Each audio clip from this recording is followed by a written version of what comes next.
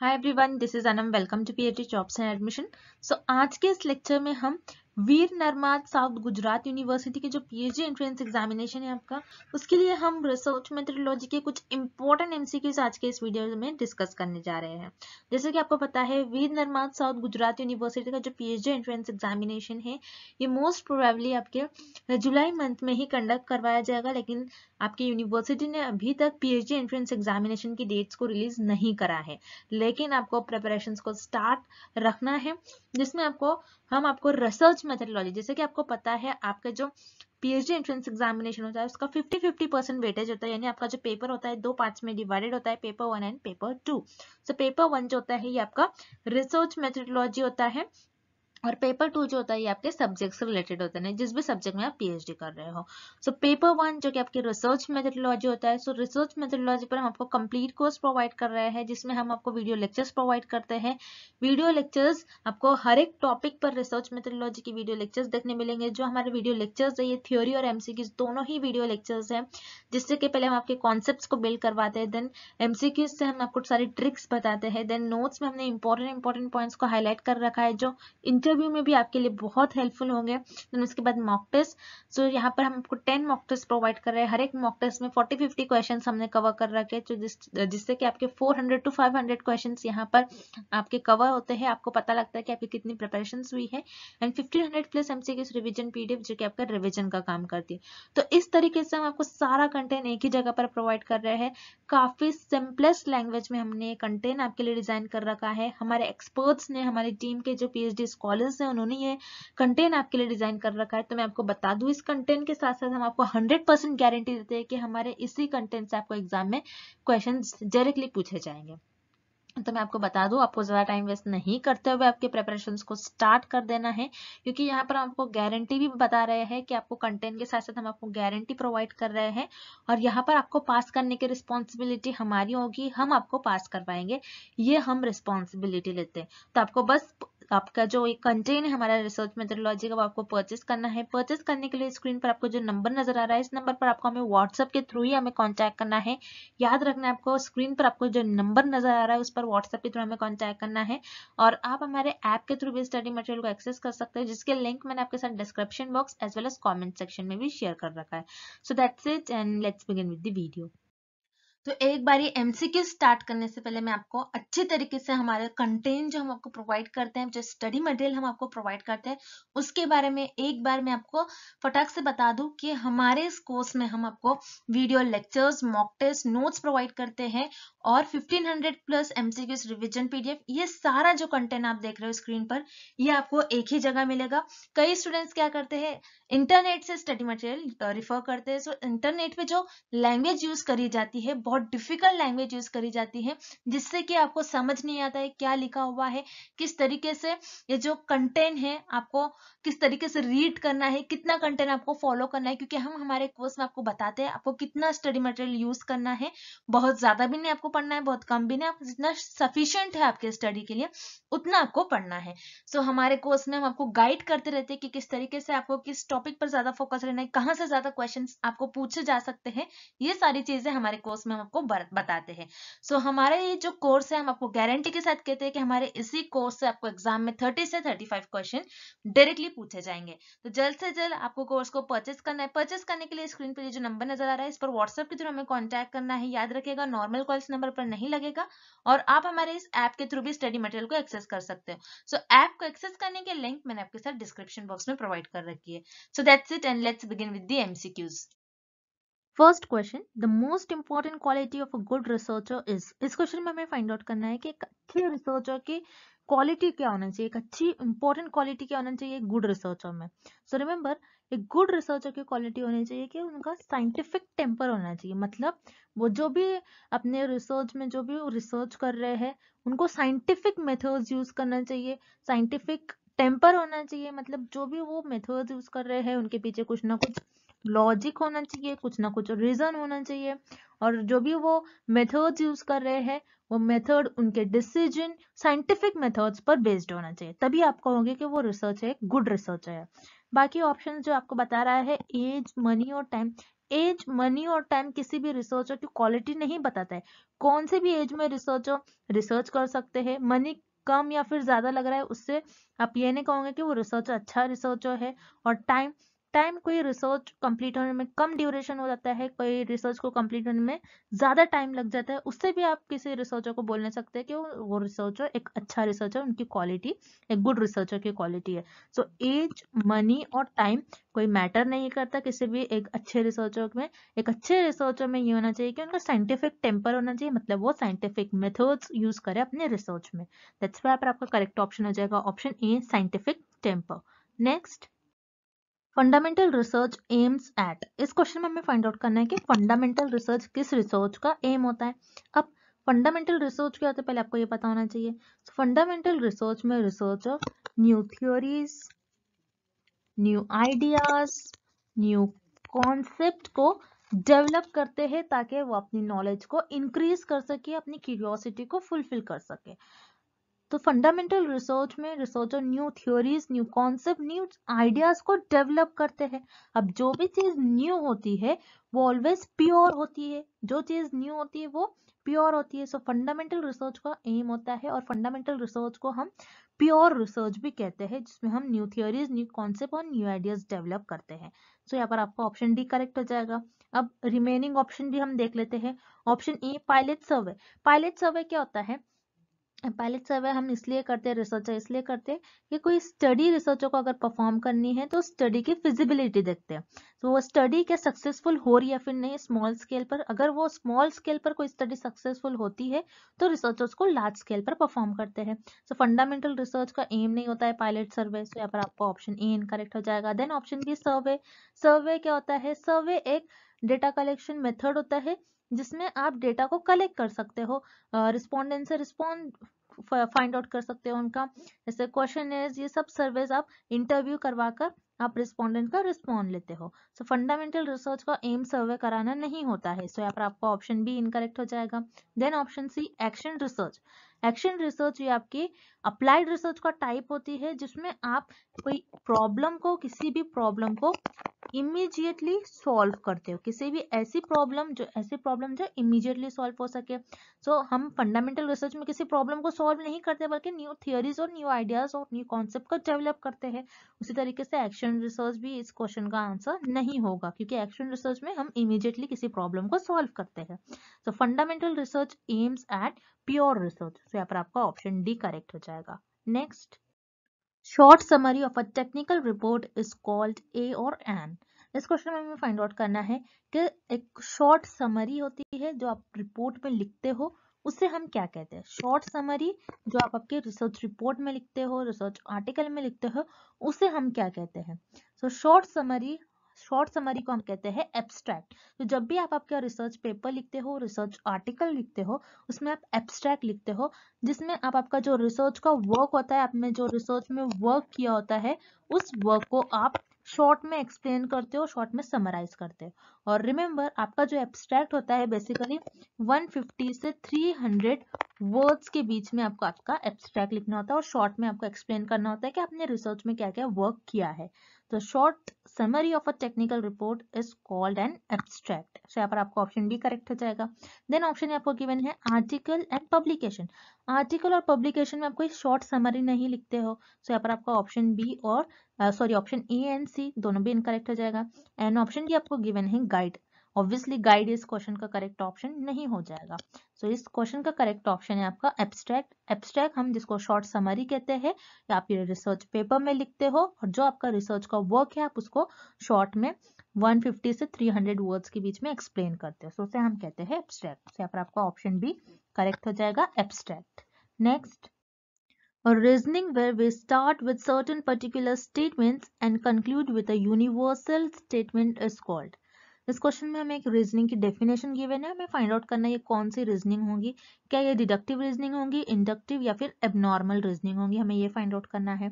तो इस क्वेश्चन में हमें ये बता रहा है कि एक रीजनिंग है, उस रीजनिंग को आपने स्टार्ट किया एक पर्टिकुलर स्टेटमेंट से, मतलब एक पर्टिकुलर आपने कुछ चीजों को, एक पर्टिकुलर चीज को ऑब्जर्व करा ऑब्जर्व कर कर आपने उस एक यूनिवर्सल स्टेटमेंट दिया, मतलब ऑब्जर्व कर कर आपने एक जर्नल स्टेटमेंट दिया, जर्नल थ्योरी दी, तो ये कौन सी रीजनिंग में आएगा, हमें ये फाइंड आउट करना है। सो रिमेंबर आपको ये दो रीजनिंग याद रखनी है, inductive reasoning and deductive reasoning.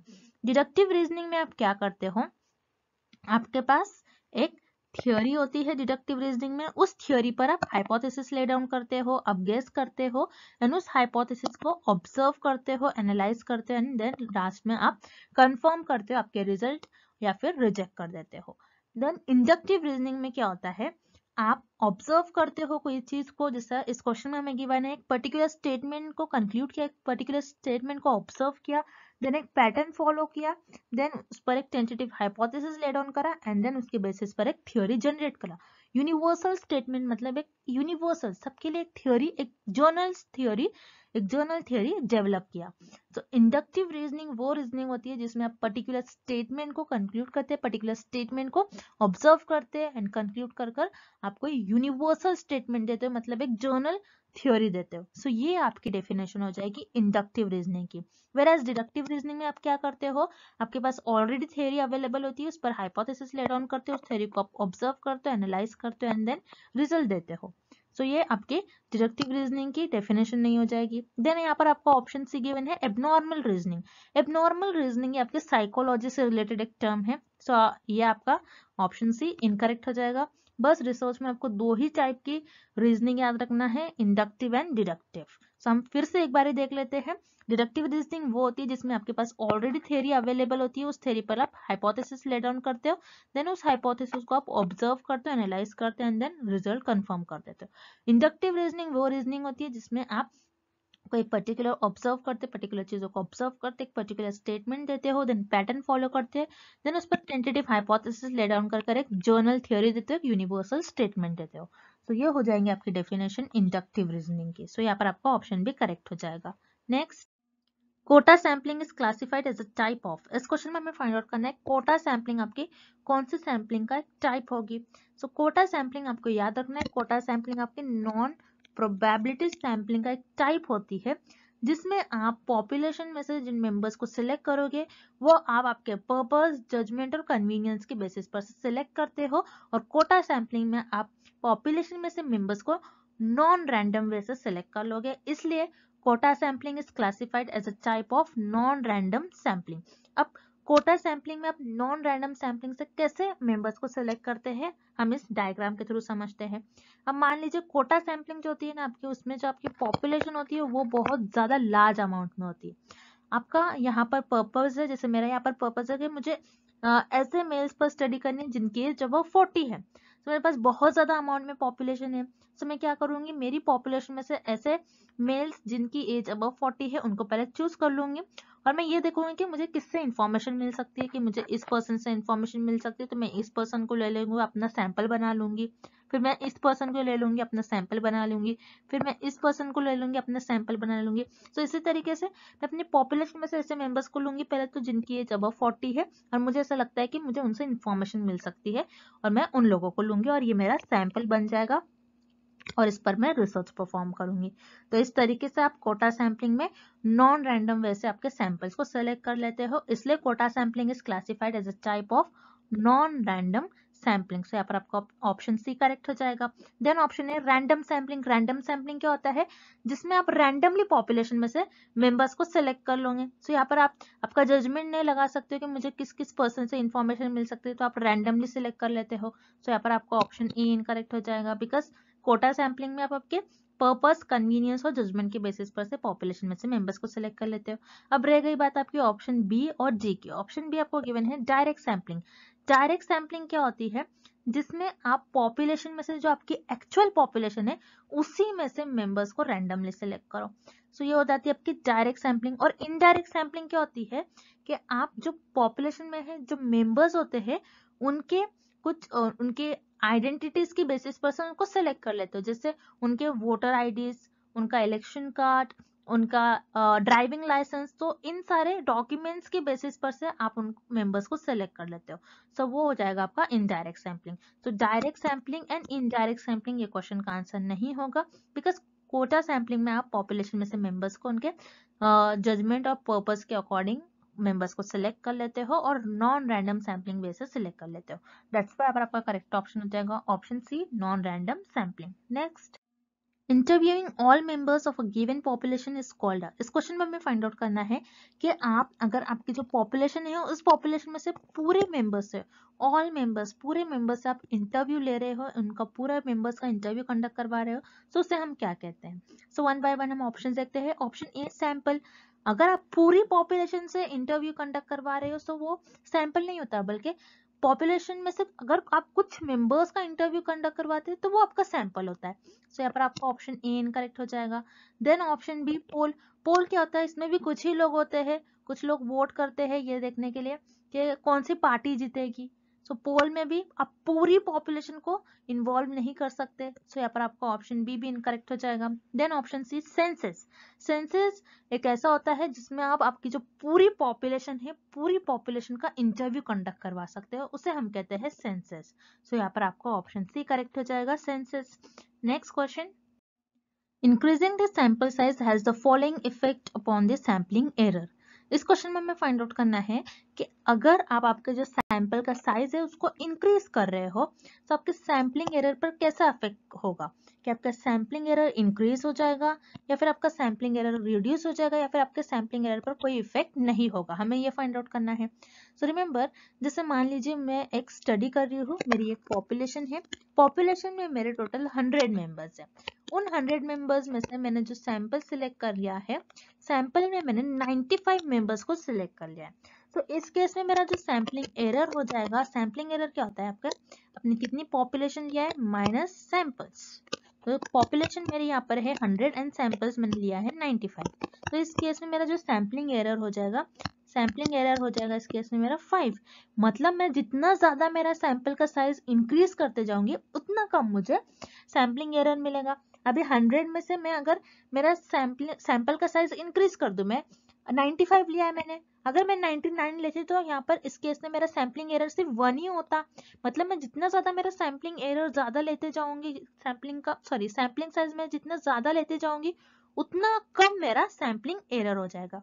सो इससे आपको एक और रिलेशन याद रखना है कि आपका जो सैम्पलिंग एरर होता है it is inversely proportional to sample size. मतलब अगर आप जितना ज्यादा आपका सैंपल साइज लोगे उतना कम आपका सैम्पलिंग एरर होगा, जितना कम आपका सैंपल साइज रहेगा उतना ज्यादा आपका सैम्पलिंग एरर होगा। सो इस क्वेश्चन में हमें पूछ रहा है कि अगर आप आपका सैंपल का साइज इंक्रीज करते हो तो आपका सैम्पलिंग एरर क्या होगा, रिड्यूस हो जाएगा। दैट्स व्हाई आपका करेक्ट ऑप्शन हो जाएगा option B, it reduces the sampling error. Next, in random sampling the probability of selecting an item from the population is। इस क्वेश्चन में हमें पूछ रहा है कि अगर आप रैंडम सैम्पलिंग बेस से आपके पॉपुलेशन में से किसी आइटम को सिलेक्ट कर रहे हो तो सिलेक्शन का चांस क्या होगा, सिलेक्शन का प्रोबेबिलिटी क्या होगा, हमें ये फाइंड आउट करना है। अब मान लीजिए एक पॉपुलेशन है, उस पॉपुलेशन में से मेंबर्स को मैं रैंडमली सिलेक्ट कर रही हूँ। अगर मैं रैंडमली सिलेक्ट कर रही हूँ पॉपुलेशन में से मेंबर्स को, तो एक मेंबर्स के सिलेक्ट होने का चांस हो सकता है 2, 3, 4, 5, कुछ ना कुछ मेंबर्स सिलेक्ट हो गए, क्योंकि मैं रैंडम सैम्पलिंग वे यूज कर रैंडम सैम्पलिंग मेथड यूज कर पॉपुलेशन में से मेंबर्स को सिलेक्ट कर रही हूँ, तो कुछ ना कुछ तो चांस होगा। तो यहाँ पर आपका ऑप्शन डी इनकरेक्ट हो जाएगा, क्योंकि 0 चांस तो हो नहीं सकता है। Then 1 known and unknown. So unknown भी नहीं हो सकते क्योंकि नोन होगा, क्योंकि मुझे पता है पॉपुलेशन में कितने मेंबर्स है। पॉपुलेशन में आपको पता होता है कि कितने मेंबर्स है, उसी के बेसिस पर से तो आप सैंपल्स को सिलेक्ट कर लेते हो। तो यहाँ पर आपका ऑप्शन ए भी इनकरेक्ट हो जाएगा। अब आपके जो पॉपुलेशन में से आप मेंबर सिलेक्ट कर रहे हो 1 या फिर अननोन, आपको ये दो ऑप्शन में से सिलेक्ट करना होगा। अब जैसे पॉपुलेशन में मेरे मेंबर्स है तो उसकी प्रोबेबिलिटी होगी 1 upon capital N. Capital N आपकी पॉपुलेशन को रिप्रेजेंट करता है, कैपिटल एन आपकी पॉपुलेशन को रिप्रेजेंट करता है। सो प्रोबेबिलिटी क्या होगी, चांस क्या होगा, 1 अपॉन एन। अगर मैं एक मेंबर्स को सिलेक्ट कर रही हूँ और मेरी टोटल पॉपुलेशन, तो कितना चांस हो सकता है मैं पॉपुलेशन में से मेंबर्स को सिलेक्ट कर लूं। तो मुझे यहाँ पर नोन है चीज, सारी चीजें नोन है। दैट्स व्हाई अगर आप रैंडम सैम्पलिंग वे से पॉपुलेशन में से किसी आइटम को सिलेक्ट कर रहे हो तो प्रोबेबिलिटी आपके क्या हो जाएगी, नोन हो जाएगी। तो यहाँ पर आपका ऑप्शन बी करेक्ट हो जाएगा नॉन, क्योंकि एक मेंबर्स के सिलेक्ट होने का चांस तो होगा, लेकिन आप नहीं कह सकते हो कि सिर्फ एक ही मेंबर सिलेक्ट होगा, कितने भी सिलेक्ट हो सकते हैं, 2 3 4 5। ओके, सो यहाँ आपको नॉन होता है कि प्रोबेबिलिटी आपकी नॉन हो जाएगी। सो यहाँ पर आपका ऑप्शन बी करेक्ट हो जाएगा। Next, Which one of the following is a qualitative random variable? इस क्वेश्चन में हमें फाइंड आउट करना है कि कौन से ऑप्शन में हमें क्वालिटेटिव रैंडम वेरिएबल का एग्जाम्पल गिवन है। अब क्वालिटेटिव रैंडम वेरिएबल क्या होता है, जैसे नेम में मीनिंग है क्वालिटेटिव, जो किसी चीज की क्वालिटी बताए। सो क्वालिटेटिव वेरिएबल्स में जो भी क्वालिटेटिव वेरिएबल्स होते हैं उसमें आपको जो इंफॉर्मेशन मिलती है वो वर्ड्स या फिर टेक्स्ट के फॉर्म में मिलती है। याद रखिएगा, क्वालिटेटिव वेरिएबल्स में आपको जो भी इंफॉर्मेशन मिलेगी वर्ड और टेक्स्ट के फॉर्म में मिलेगी, और क्वांटिटेटिव वेरिएबल में जो भी आपको एग्जांपल मिलती है, क्वांटिटेटिव वेरिएबल जो भी होंगे आपको सिर्फ और सिर्फ नंबर्स के फॉर्म में मिलेंगे, उनका जो भी वैल्यूज आएंगी, जो भी इंफॉर्मेशन होगी वो नंबर्स के फॉर्म में होगी। और क्वालिटेटिव वेरिएबल में जो भी आपको इंफॉर्मेशन मिलेगी ये वर्ड्स या फिर टेक्स्ट के फॉर्म में मिलेगी। अब वन बाय वन हम ऑप्शंस देखते हैं। Option A, height of a cable का स्टेशन। अब केबल का स्टेशन है, उसकी आप हाइट मेजर कर रहे हो। सो हाइट आपको किसी भी चीज का हाइट आपको मेजर कर रहे हो तो आपको ये नंबर्स के फॉर्म में मिलेगी, जैसे 6 सेंटीमीटर 10 सेंटीमीटर। तो यहाँ पर नंबर्स आ रहे हैं। सो ये क्वांटिटेटिव वेरिएबल का एग्जांपल होगा, नॉट क्वालिटेटिव। सो यहाँ पर आपको ऑप्शन ए इनकरेक्ट हो जाएगा। Then option B, distance in meter that you have already walk today. मतलब आपने कितना आज डिस्टेंस, कितने मीटर आज आपने वॉक किया है। so, जैसे आप बोलोगे मैंने 3 मीटर्स आज मैंने वॉक किया है, 4 मीटर्स आज मैंने वॉक किया है। तो यहाँ पर अगेन आपको जो इन्फॉर्मेशन मिल रही है वो नंबर्स के फॉर्म में मिल रही है। सो आपकी क्वांटिटेटिव वेरिएबल का एग्जांपल होगी, नॉट क्वालिटेटिव। सो यहाँ पर आपका ऑप्शन बी इनकरेक्ट हो जाएगा। Then option C, nicotine content of a cigarette. Cigarette में कितना निकोटिन प्रेजेंट है। अब जैसे सिगरेट के बॉक्स पे लिखा होता है कि 5% निकोटिन प्रेजेंट, 10% निकोटिन प्रेजेंट। सो यहाँ पर 5 10 आपको यहाँ पर अगेन जो इन्फॉर्मेशन मिल रही है नंबर्स के फॉर्म में मिल रही है। सो आपके क्वांटिटेटिव वेरिएबल्स में आ जाएगा, नॉट क्वालिटेटिव। सो यहाँ पर आपको ऑप्शन सी भी इनकरेक्ट हो जाएगा। Then option D, highest educational qualification of respondents. आपकी जो रिस्पोंडेंट्स है, आप जिससे डेटा कलेक्ट कर रहे हो, आप देखोगे कि उसमें उनका हाईएस्ट एजुकेशनल क्वालिफिकेशन क्या है। इससे आप नंबर्स, ये जो आप रिस्पोंडेंट्स का क्वालिफिकेशन मेजर कर रहे हो उसको आप नंबर से नहीं मेजर कर सकते हो, क्योंकि किसी ने ग्रेजुएशन किया होगा, किसी ने पोस्ट ग्रेजुएशन। सो ये यहाँ पर आप नंबर्स के बेसिस पर आप नहीं कैलकुलेट करोगे उनको, बल्कि ये क्वालिटी बता रहा है आपके रिस्पोंडेंट्स की। सो ये आपकी क्वालिटेटिव रैंडम वेरिएबल का एग्जाम्पल हो जाएगी। सो यहाँ पर आपका करेक्ट ऑप्शन हो जाएगा option D, highest educational qualification of respondents. Next, the last step of problem formulation is. इस क्वेश्चन में हमें फाइंड आउट करना है कि प्रॉब्लम फॉर्मुलेशन का लास्ट स्टेप क्या होता है। अब प्रॉब्लम फॉर्मुलेशन के कुछ स्टेप्स होते हैं, जैसे सर्वे, डिस्कशन, लिटरेचर, सर्वे। तो सर्वे क्या होता है, आप प्रिलिमिनरी सर्वे करवा कर देखते हो कि आपके रिसर्च में क्या हो रहा है। डिस्कशन, आप कुछ डिस्कस करते हो पर्टिकुलर टॉपिक पर, फिर आप एक प्रॉब्लम लेकर आते हो, उसको फॉर्मुलेट करते हो। देन लिटरेचर सर्वे। लिटरेचर सर्वे क्या होता है, आप सर्वे देखते हो, आप लिटरेचर व्यू देखते हो कि पुराने किस किस टॉपिक पर रिसर्च हुई है। फिर आप जो टॉपिक पर रिसर्च नहीं हुई इसको सिलेक्ट करते हो, उस प्रॉब्लम को फॉर्म करते हो। सो ये सारे आपके स्टार्टिंग के और मिडिल के कुछ स्टेप्स होते हैं प्रॉब्लम फॉर्मुलेशन के, आपके लास्ट स्टेप नहीं होते। सो यहाँ पर आपका ऑप्शन ए, बी एंड सी तीनों भी इनकरेक्ट हो जाएंगे, और करेक्ट ऑप्शन हो जाएगा option D, rephrasing the research problem. So आपका रिफ्रेजिंग द रिसर्च प्रॉब्लम ये आपका लास्ट स्टेप होता है, बट एक्चुअल में आपके प्रॉब्लम फॉर्मुलेशन के कुछ स्टेप्स क्या होते हैं हमें देखना है इस डायग्राम के थ्रू। अब steps of formulation in research problem में आप प्रॉब्लम को कैसा फॉर्म करते हैं उसके कुछ स्टेप्स इस तरीके से है। फर्स्ट स्टेप में आप आइडेंटिफाई करते हैं ब्रॉड फील्ड और subject area interest to you. आपको जिस सब्जेक्ट में इंटरेस्ट है आप पहले वो सब्जेक्ट चूज कर लेते हो, एक ब्रॉड एरिया चूज कर लेते हो। अब जैसे मैंने एक ब्रॉड एरिया चूज कर लिया साइंस, आप कुछ भी ले सकते हो, science, math, geography, commerce. Okay, आपने एक ब्रॉड एरिया चूज कर लिया। देन आप उस एरिया को डाइसेक्ट करते हैं इनटू सब एरिया। अब साइंस में मैं ये देखूंगी कि मुझे क्या बायोलॉजी में रिसर्च करनी है, जूलॉजी में, किस में रिसर्च करनी है, मैं ये डिसाइड कर लूंगी। जैसे मैंने डिसाइड कर लिया मुझे बायोलॉजी में रिसर्च करनी है, देन उसके बाद मैं सेलेक्ट कर लूंगी, select what is the most interest to you. अब बायोलॉजी में मुझे कुछ सब्जेक्ट्स में इंटरेस्ट होगा, मैं अपने इंटरेस्ट के बेसिस पर ही एक प्रॉब्लम को सिलेक्ट कर लूंगी। जैसे बायो में मुझे इंटरेस्ट है ह्यूमन बॉडी पर मैं किसी बोन्स पर स्टडी करूंगी, ह्यूमन बॉडी के कोई बोन्स पर मुझे स्टडी करना है, किसी बोन्स पर, तो मेरा इंटरेस्टिंग एरिया हो गया। देन मैं एक क्वेश्चन राइज करूंगी, जैसे मुझे ह्यूमन बॉडी के जो हैंड्स होते हैं, हैंड्स या फिर नीज, उस एरिया के बोन्स पर मुझे स्टडी करनी है। तो ये मेरा रिसर्च क्वेश्चन हो गया। देन उसके बाद फॉर्मुलेट ऑब्जेक्टिव्स आप फॉर्मुलेट करोगे कि आपके जो आप प्रॉब्लम ले रहे हो उसका क्या ऑब्जेक्टिव है। देन उसके बाद एसेस योर ऑब्जेक्टिव्स, एसेस करोगे उसको, आप ऑब्जर्व करोगे, आप एनालाइज करोगे आपके ऑब्जेक्टिव को। देन लास्ट स्टेप आपका आता है डबल चेक, जिसे हम रिफ्रेशिंग भी कहते हैं। डबल चेक में आप क्या करते हो, जैसे मैंने यहाँ पर मैंने कहा था कि मुझे बोन्स पर स्टडी करना है, तो आप ये देखोगे कि रियल लाइफ में क्या आप उस पर कैसे स्टडी करोगे। आप ये देखते हो कि उस कितना टाइम लगने वाला है, कितना कॉस्ट लगेगा, या फिर आप क्या स्केलेटन पर स्टडी करोगे, या फिर किसी बॉडी पर स्टडी करोगे, किसी पर्सन के बोन्स पर एक्चुअल में आप कैसे स्टडी कर पाओगे।